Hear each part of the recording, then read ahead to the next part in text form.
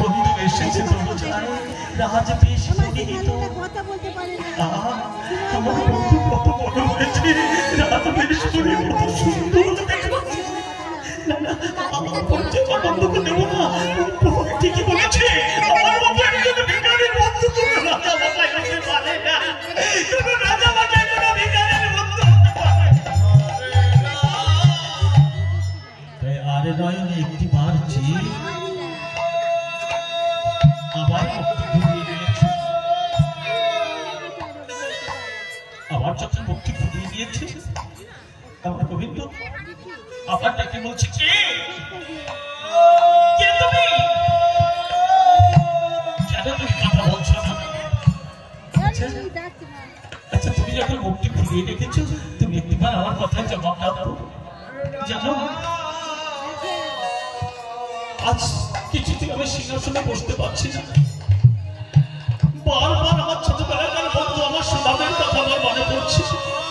আচ্ছা বলো না, আচ্ছা তুমি বলো তো, তুমি কি আমার সেই ছোটবেলাকার বন্ধু সুদা? বলো না তুমি কেন এমন ভাবে আমাকে থেকে মুখটা ফিরিয়ে রেখেছো? ধীরে ধীরে উঠেছে,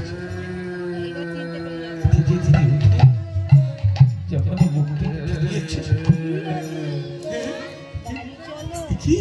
বন্ধু তুমি এসেছো, এসো বন্ধু,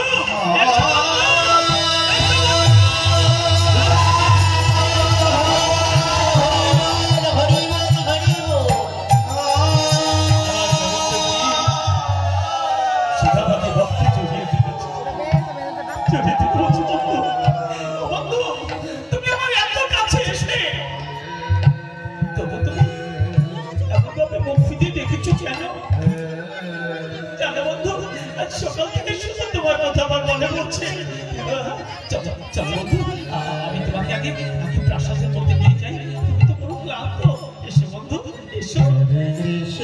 আমার গোবিন্দ বাহু বেষ্টনে বেষ্টিত করে সুদামাকে নিয়ে প্রাসাদের মাঝে কৃষ্ণ কৃষ্ণ প্রাসাদের মধ্যে এনে আমার গোবিন্দদের রক্ত সিংহাসনে সেই রক্ত সিংহাসনের কাছে এসে বলছে তুমি এই আসনে বসো। হঠাৎ বসতে গিয়ে দেখতে পাই সেটি প্রভু মূল্যে রত্ন সিংহাসন। বলছে আমি এখানে বসবো না বন্ধু, আমি এখানে বসবো না, তুমি এখানে বসো, তুমি বসো, আমি তোমার চরণ তলে, আমি তোমার চরণ তলে এখানে বসি। আমার গোবিন্দ বলছে না বন্ধু না, আজ আমি বসবো তোমার চরণ তলে আর তুমি বসবে এই রক্ত সিংহাসনে। তুমি যদি ওখানে না বসো আমি যে আর কোনো করে বসতে পারবো না বন্ধু। এসো এসো বন্ধু এসো। এই বলে সুদামাকে আমার গোবিন্দের সেই রত্ন সিংহাসনে বসিয়ে দিলেন। রত্ন সিংহাসনে বসিয়ে দিয়ে আমার গোবিন্দ চিৎকার করে ডাকছে রুক্মিণী, সত্যভামা, আমার বন্ধু এসেছে, পান্তর ঘরে এসো, আমার বন্ধু এসেছে। কৃষ্ণ কৃষ্ণ রুক্মিণী সত্যভামা পান্ত গর্ভ নিয়ে অর্ঘ নিয়ে এসে উপস্থিত হয়েছে। এনেছো দাও রুক্মিণী, দাও সত্যভামা, আমার হাতে দাও। আজ আমার বন্ধুর সেবা আমি নিজের হাতে করবো। এই বলে আমার গোবিন্দ সেই পাত্র অর্ঘ নিয়ে বসেছে। আমার গোবিন্দ সুদামার চরণ যখন বসেছে সুদামা বলছে না না বন্ধু না, এ কাজ তুমি করো না, এ কাজ তুমি করো না বন্ধু, এ কাজ তুমি করো না, আমি চাইতে পারবো না, তুমি এ কাজ করো না বন্ধু, আমার মতো তোমাকে চলো তুমি না, এ কাজ তুমি করো না বন্ধু। আমার গোবিন্দ বলছিস বন্ধু আজ তুমি আমায় বাধা দিও না, আজ তুমি আমাকে বাধা দিও না, তুমি আমাকে কাজ করতে দাও বন্ধু। এই বলে আমার গোবিন্দ সুদামার চরণ তলে বসেছে। বসে সেই চরণ তলে চরণ দুটি কোলের উপর তুলে নিয়েছে। তুলে নিয়ে যখন চরণ দুখানি ধৌত করতে গেছে দেখে চরণ দুখানি দিয়ে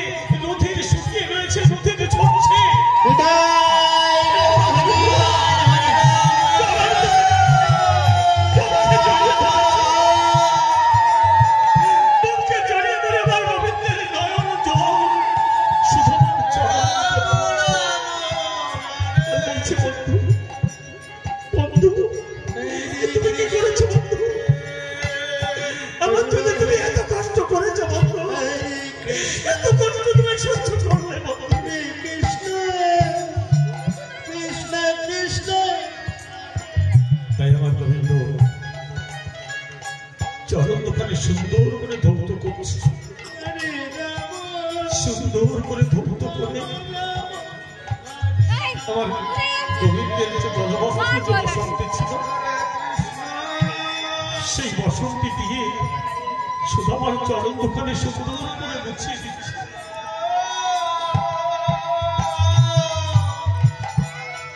শুধু আমার চরণ দোকানে গুছিয়ে দিয়ে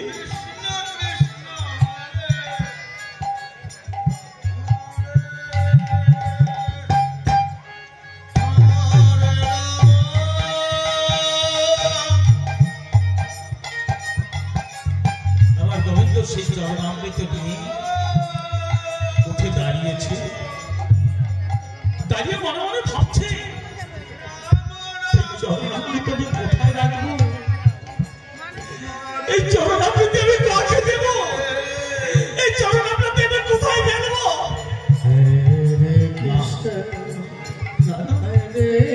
এই চরণামৃত আমি কোথাও রাখবো না। কৃষ্ণ